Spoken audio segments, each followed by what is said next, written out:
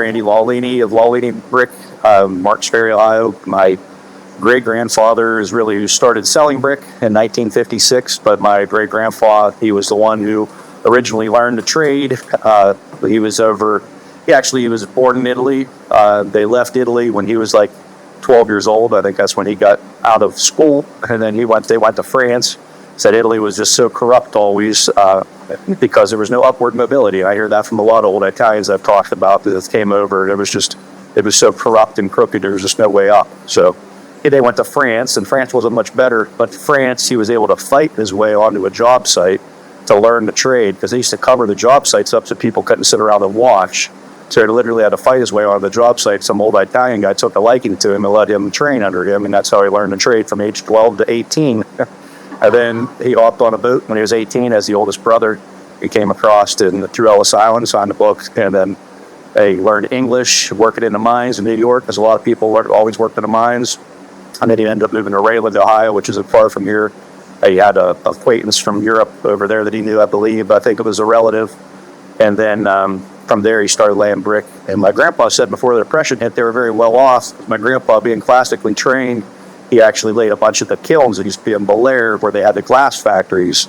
There was even one time, I guess, where there was a bunch of guys, since he was an Italian, a Dago, they wouldn't work underneath of him. So a bunch of guys quit.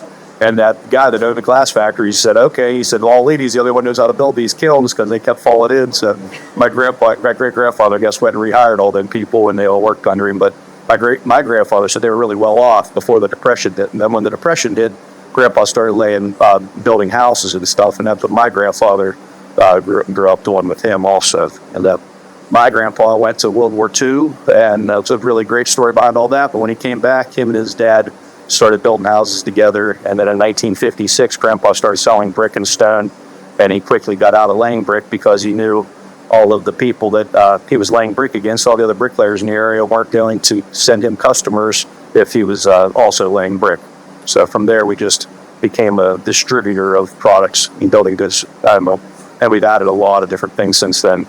And that's been the big thing, because if it was just brick and stone nowadays, we wouldn't still be here. So that's the biggest thing about business. Everybody already knows that. You always have to be changing with the times, and we definitely have a lot. And a short walk around here, we're anything but just brick and stone nowadays. And that's a quick history of everything.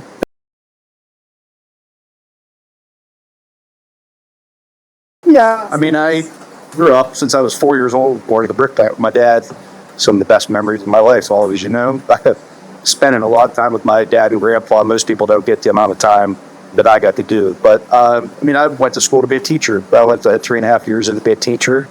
And I don't know, after 3.5 years of it, I came back down. I stayed in the brickyard the whole time I was going to school working.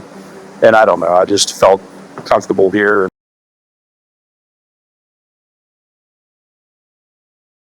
They didn't really want me to be here. I mean, they said that, but at the same time, they wanted me to be here to do all the things that I did. And, they love seeing my interest. How couldn't you see that? I love that, and your grandkid or your son, but they both said, choosing a life in the brickyard is a hard life because of what you have to give for it,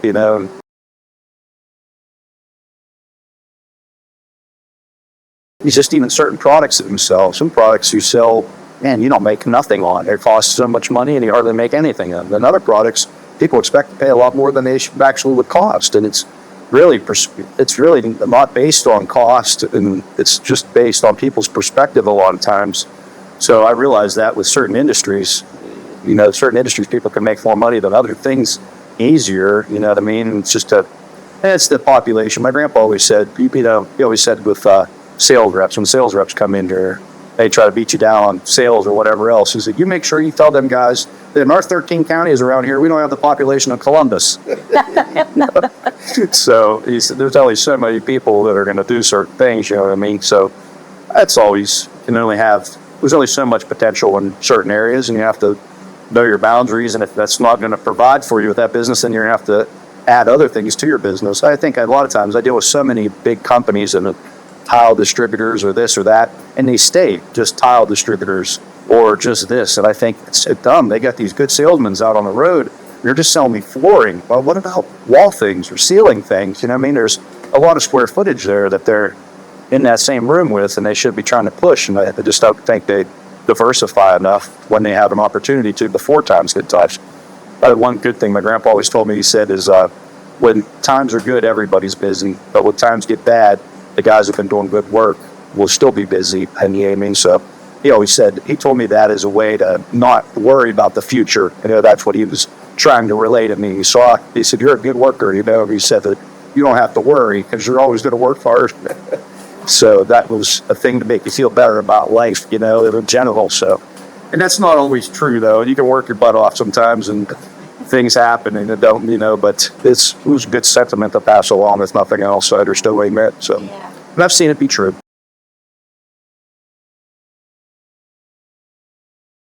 Yeah, I mean, I'm talking to customers, I'm placing orders, I'm answering the phone, I'm sending bills, marketing, doing all that kind of stuff. I take a lot on myself, sometimes because I work too. But, you know, in a business our size, there's only so much money to be paid for all these things. And if you want to get ahead, that's what it takes. You know what I mean? We have to be a jack of all trades to do that.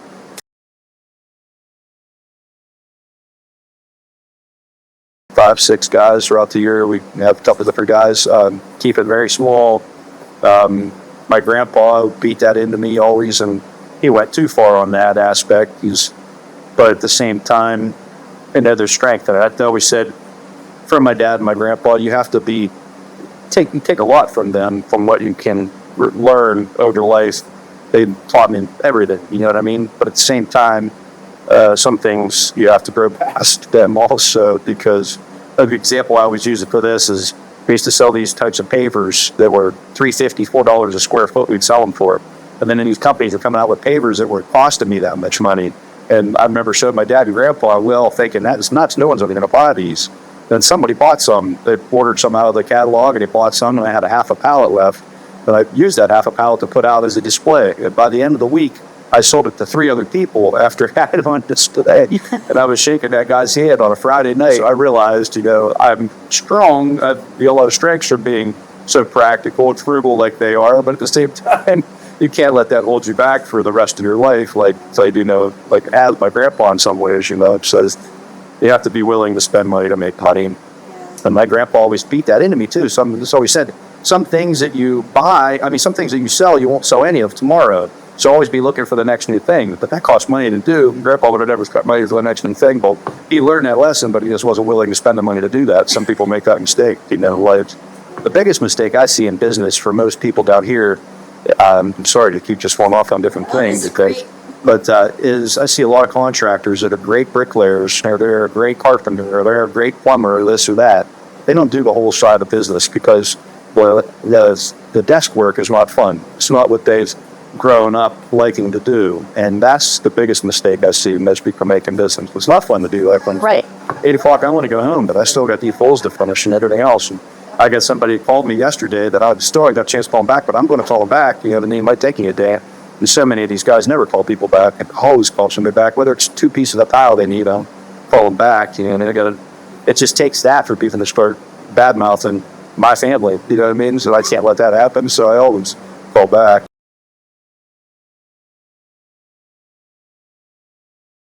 I mean, my dad owns this business. He bought my uncle out. My grandpa had the business, and then he left it to his 2 boys, which my uncle used to work here too. And then he's retired, and my dad bought his half out. And then, so my dad is the sole owner. And then my dad also had a drive-through convenience store that he leases out to a guy. He has a landscaping business in it now. And then we have a big storage bar out on 150. So my dad has got a lot of different things. My sister, she's like a manager at Frederick's Hair Salon. She's been there for many years. That's about it really in the immediate family. My wife is a nurse.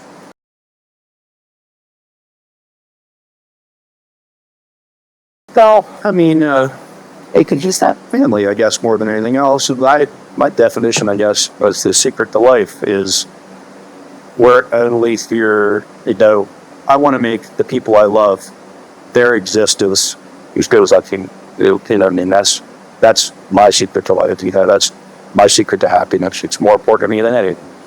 the people I care about and love, that I could be the best I can for that. So that's, I guess, my definition of success, to do that, just so that they have a good life as much as they can make it, not necessarily monetarily, just so that they know how to enjoy and appreciate life, provide everything I can. I mean, pride is a big thing to try to provide to people and a family. I think that's what's, one thing having a business like this does. It gives you an immense amount of pride. When you're successful, I probably wouldn't be so prideful if you don't do so well into something. But even then, it could be still prideful for your efforts. And I know it can take away what you tried to do. You know what I mean? And it takes so many people that don't see. America, we have so many small businesses at one time, and this places like us die all the time because of Walmart and Home Depot and Lowe's, all them places. And to me, that was free trade, and that was both parties. I mean, this is important. We get very political with customers, and people would say that's the wrong thing to do. I always say, better men than me died on battlefields, and that was their sacrifice for our country. And if I alienate people or say something that upsets somebody, I don't really care. This is my sacrifice, and it's a very small sacrifice by comparison. But, free trade, it was both parties' establishments that did that. People don't realize how terrible it was. It enslaved the third world. It polluted uncontrollably over there. It killed how many unionized factories, like the one across the street over there, where men fought for them wages, and fought for their working wages. And people put their arm around them and said, we're going to protect your union job, while they were sending the jobs overseas. There's no union left if there's no factory there. And that was Democrats and Republicans. And it's a sickening thing that they did to us. It's traitorous that they did to us. It's the mechanized communist China with all of our technology. And now everybody works at Walmart. And people can't have a small business when the factories died. And I always say they didn't kill that factory. They killed Martins Ferry. And they killed thousands of communities across our country like that, where people made a better living because they had their own factories, but they had their own businesses where them factory workers who made a good wage and could make a good wage. They fought for that good wage, and them companies they still made money, but they made thousands of percent more when they went overseas. So, I mean, it's a big thing about business in general that people don't realize why it's so hard to make. That's one of the big reasons. So much wealth left on a country because of having one. It's sad. So sad. That makes it very tough.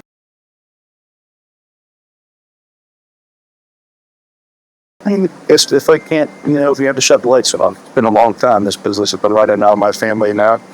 If we got to shut the lights off all the way, hard times come. Grandpa told me that, and Dad's told me that. Hard times are going to come, but you really got to tighten up. And that's where Grandpa always said, stay small, because it's very easy to tighten things up when you're small. But if you got big crews of guys, it's tough. Understood that. Pap was right on a lot of reasons. You have to know when to grow and when not to. Over the years, I've seen a lot of companies try to downsize, and have to downsize. And that's a tough thing to have to do, you know what I mean?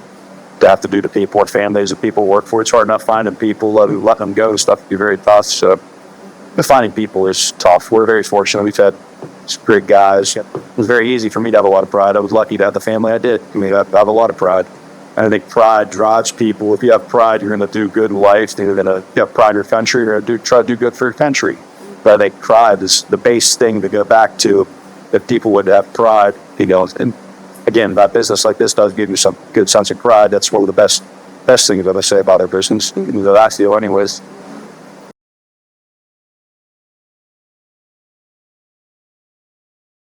Well, you can see I'm long-winded. And people appreciate the knowledge we bestow on them when they come in. So that's the biggest thing. People, they come in here. For one, it's that. But for two, it's the displays now. We put a lot into this showroom for a long time. A good example is when I started selling the grills, we sell a lot of outdoor kitchens and the grills. And I had been selling for a couple years before I really got much of a display out.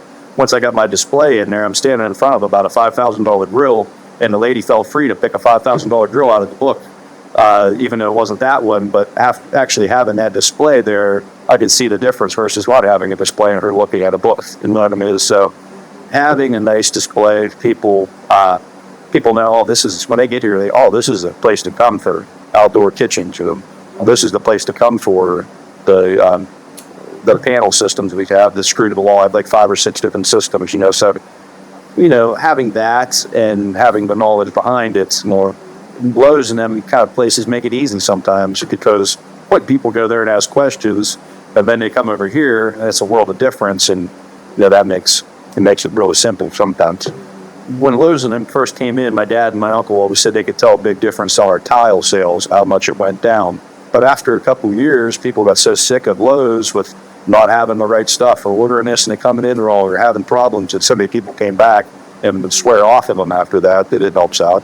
In all honesty, too, I thought can't beat on Lowe's too much because a lot of people from Lowe's send us customers all the time, the people that work there. So we got a good name for ourselves. We've been here a long time, and I get people from a lot of businesses that send us work all the time, thankfully. So that goes back to, I always say in my business, I owe it to, our success recently, also, last couple of years, and really done well. I owe it to 70 years of a good name, a lot of hard work before me. This display area that we have now, the showcase is excellent. People come in and say there's nothing like this from Columbus to Pittsburgh almost, with all the things we show. And then, our knowledge that we pass on to everybody. So it does seem like it's so much about the tangible. Like you can literally walk up, touch it, feel it, instead of ordering it or looking at it. And now, even a step further than that, having all this was my plan. And now I've realized my one uncle always told me, you have too much stuff and people get overwhelmed. He's been saying that for years about it. And that he's that kind of person. Well, a lot of people are that kind of people. They're so overwhelmed. I tell people, I always say, you gotta wake them up. I always tell people, listen, especially when we're looking at tile in the back, it's overwhelming. And I'll have people, it's dripping an hour to come down here. Now they're so overwhelmed they can't even turn the tile pages to look at the tile. And I'm like, listen, this is a first world problem. This is supposed to be enjoyable. And it kind of brings people back in. So you got to bring, this is a little different, but you got to bring customers' expectations within reality. And then you can meet those expectations. But there's so many people are afraid. I have so many young contractors that come in here and they want to do this. And I'm like, that's not going to work. And they're like, I know, that's what the lady wants. So I'm like, no. I'm like, you can't do that. You have to tell her that that's not going to work and you're going to have to do this. Well, you don't understand. I'm like, no, you don't understand. I've had plenty of them people. You just have to tell them. So many people don't have the guts to stand up and say what needs to be said. And that's the only way you can get through something. Otherwise, it's just a lot of wasted time and everybody's going to be upset. Yeah. So the other thing is I always push the customer to make the decision. So many customers want you to make the decision for them. And then you're wrong. At the end, it's on you. So I always said, I have never been forced to do that. So many guys say, well, they tell me I have to do it. But no, you don't. You have to make them do it. You know what I mean? But it's in the relation to all of this, that whoever said the customer is always right was not in customer service. Because that is not true. Because my job is always, if the customer is right, I fight the company that I'm representing tooth and nail. The company is right, I'm going to stand up for the company. My job is to do what's right, I always feel. And then I don't feel bad, whatever comes from that, you know what I mean? Because you'll find people that are unreasonable no matter what. And how you deal with them is, and you can't pander to people because they'll push you over. Terrible story I love to tell everybody. The best thing I ever learned just about being a 12-year-old little boy out on that street loading little old men with brick, and they tried to screw me up on a town on brick so they could steal extra brick off of a 12-year-old little boy. And that first summer I worked here, that happened to me about 2 or 3 times in that first summer. And I remember being sick to my stomach with tears coming out of my eyes, walking down the street because somebody just stole brick off of my family. And my police said it hit me like a ton of bricks. And I said, don't let it happen to you anymore. And I didn't. And that's the way you have to be with people.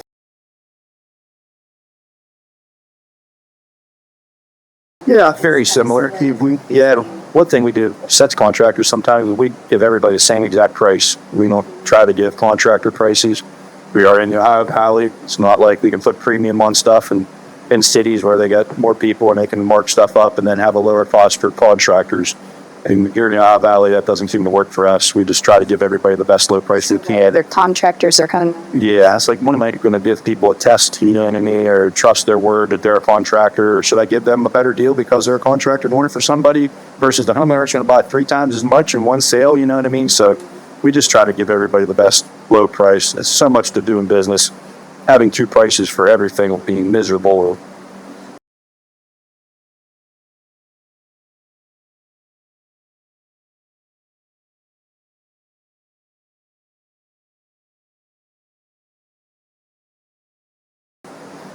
Look for brand new things that might not even be related. I think completely, especially if you have an opportunity with your business. A lot of people, it's hard to start out with anything you don't have the money to, but maybe your business is successful enough to afford you that, or you have a spot at least. The one thing we're fortunate in this big old building down here is I've had room to expand and grow. It's a good friend of mine that has a place up in Akron, and he has a better location than in Akron. We have a far bigger business, really, but his showroom is about as big as this one room. And, he came down here a while back because we're such good friends, and he knows how successful we've been with a lot of these other things. And that was his number one thing. Like, he was just depressed about it. He's like, I would love to do these things, but I have no room to do that. So, that's, that's just my own personal experience. It might not even be the best advice, but I think don't be afraid at all to look into something that works into your schedule and everything else that you're doing that might not even be related to what you're doing, but there's something else you can do. It's nice to be able to have, I always say, I have a lot of tools in my tackle box now. If this isn't working, I can try that, and I can throw the whole tackle box in if I have to. Something's going to bite. So I'm all in building supplies, but I have a lot of different types of building supplies. But just in general, I wouldn't be afraid to try anything that's completely different. Sometimes if you see an avenue that, and it's just one. One of the things Sarah and I have been working on the last couple of years, I guess, is trying to change the narrative and how as an economic developer, I remember during COVID, I told her, I said, I get so aggravated going to these, I have to speak at a Rotary or whatever, and they're like, oh, so what big business is coming in, or what's this, what's coming, and I'm like, why is that the only, why don't we have skill and talent here?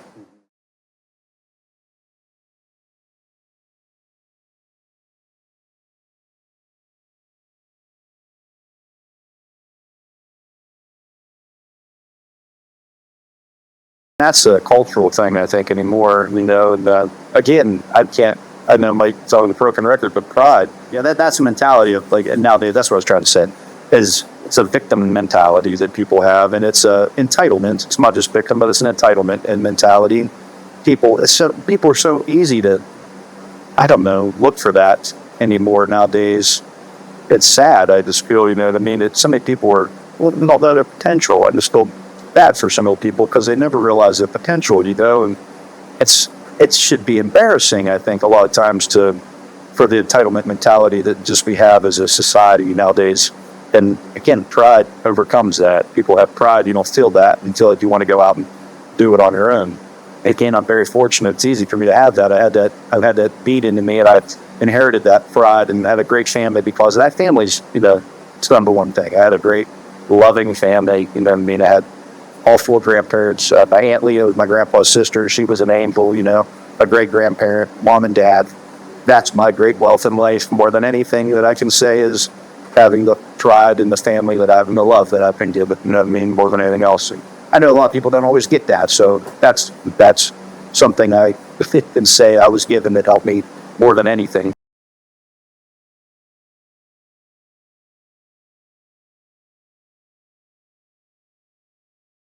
Yeah, thank you, guys. Yeah, I mean, I grew up with the youngest guy here, so I've known him all my life. You know what I mean? And a couple of the older guys have been friends with my dad all their lives, and they're like my family and uncles. You know what I mean? So, yeah, by all means, we're very fortunate that way. It's not like I'm ever been their boss. You know what I mean? I, of course, tell them things we need to get done, but I don't ever come off that way. And the amount of work that needs to be done keeps you pretty humble. Did you dance? Yeah, he's 67, and he's been answering the phone talking about bricks since he was 5. So he's burnt out on the brickyard. He pays the bills, and he does a lot of the tax things that with our accountant, and he does a lot of. Well, he doesn't do the mechanics, but my dad, who grew up under them trucks and knows everything that needs to be done always about them, and he's always messed up.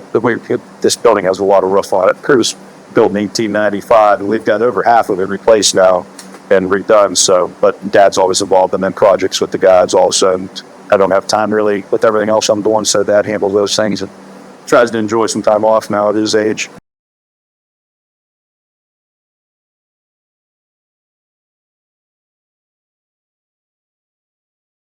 Oh yeah, proud, elation. I mean, thankfully, we're a proud part of the country, you know what I mean? Thankfully, maybe more so than a lot of other places, but maybe that's my limited perspective. Not that I haven't been out and about, but, you know, we have a reputation for being a proud people like that. We have a reputation for having a lot of good workers, solid earth people, real people, straightforward people, you know.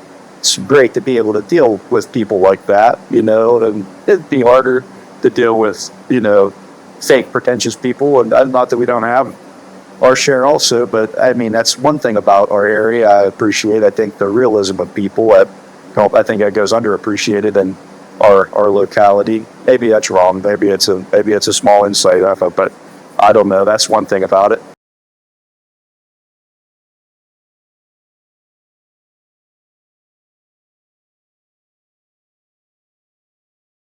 This is maybe the answer to that. Maybe I can still answer that. Also, I heard a guy told me a while back. He said it was tuition, tourism. Yeah, he said that if I were to get in front of somebody that this would be interesting, this was his idea. He thought that they ought to turn the Ohio River and somewhere around the near to a seaport. Well, we got I-70 right here, and then you could bring barges up there. And he comes from Louisiana down that way, and he said that's a big thing down there. He always thought that would be a good thing in our area, being that you could ship stuff that way up the river and then, you know, create a seaport here, and that would be a huge thing. And, you know, you transfer right to I-70. It's a central kind of place in the country, and I thought that was a good thing. That if that ever came to the Ohio Valley, that could be extremely huge.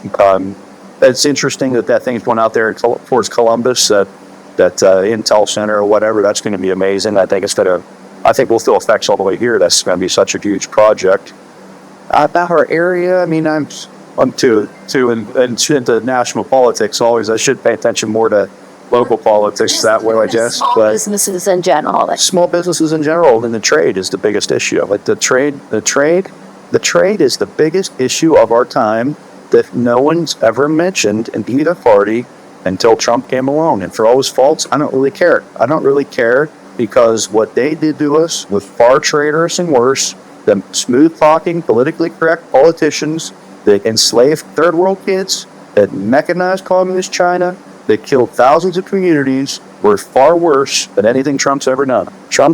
I don't even think Trump necessarily did these things because he knew it was so great. I think he knew it was the right thing to do, and it was his trip, it was his road to a big legacy, and that's what his ego desired. But that's more than the Bush family has given us. That's more than the Clinton family has given us. That's more than McConnell. I mean, most of them politicians that have been in D.C. all them years all voted for them free trade agreements, and in both sides of the aisle, and they are owned by the same big business donors. It merely makes sense. And big business donors, and everybody always thinks it's one evil cabal. It's multiple evil cabals, because I know small millionaires that think their shit don't stink. What do you think a billionaire feels about himself? And he don't care what that billionaire is doing or what that billionaire is doing. He's going to buy off these politicians. And then that billionaire is going to buy off politicians. And they do it however. The Godfather, you know, with all the ways they showed people getting manipulated in that's real life. And it's far worse than that. And there's only the motivation of billions and billions of dollars and the balance of world power. Most of the politicians in D.C. are compromised, as far as I'm concerned. There's just been too much time, and there's just too much money and too many corrupt people for them out there. Some of them people, like, I feel bad. Maybe I hate McConnell. I hate Pelosi. But sometimes people, they might be slaves. They might have got compromised 20, 30 years ago, and if they do anything but what they're told, whatever's going to happen to them is going to happen. And that's not far-fetched to me. It has to be that way, because it's just so much money on the line, and both parties have delivered the same results. The open borders, that kept wages stagnated in America for 40 years. And that's benefited them big businesses by billions, if not trillions of dollars. The same thing with free trade. That benefited multiple big businesses. I mean, get 20 of them big businesses together. They've made trillions of dollars for what they did. I mean, that's the transfer of wealth is unbelievable, and it's traitorous. And then politicians still go up there, and everybody treats them great on TV and gives them such respect and state things when they die, and they were traitors for what they did.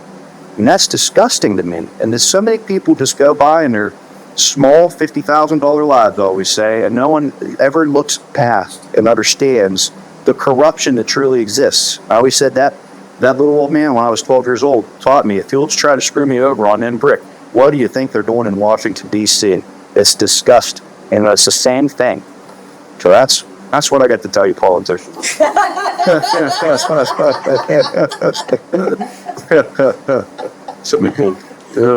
get on the politics. When I have some time, I would love to one day. Yeah, I would definitely love to do that one day. I don't know. I don't know if we'll ever have time with this brick.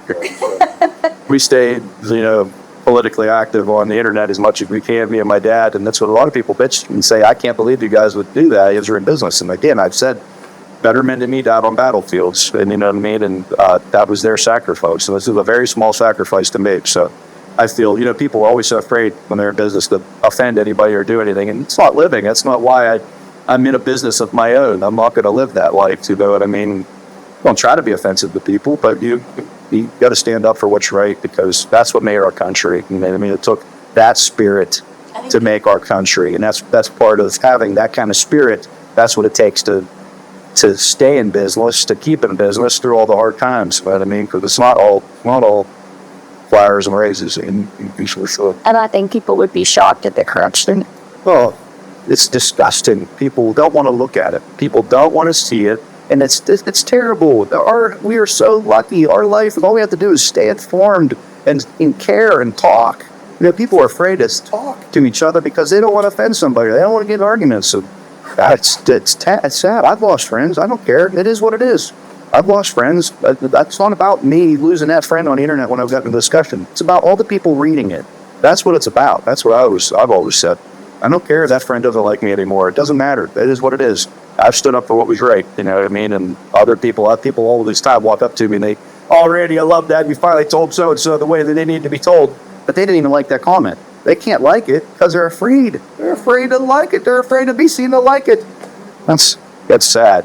That's not the American spirit. You know what I mean? Jesus, we fought a revolution to do what was right. You know what I mean?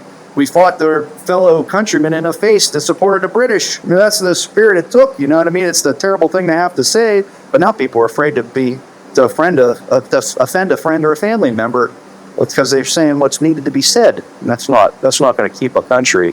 That's not going to pass on a country to our kids that we inherited. You know what I mean? Which maybe off topic, but maybe it's not. Maybe it's not on topic either.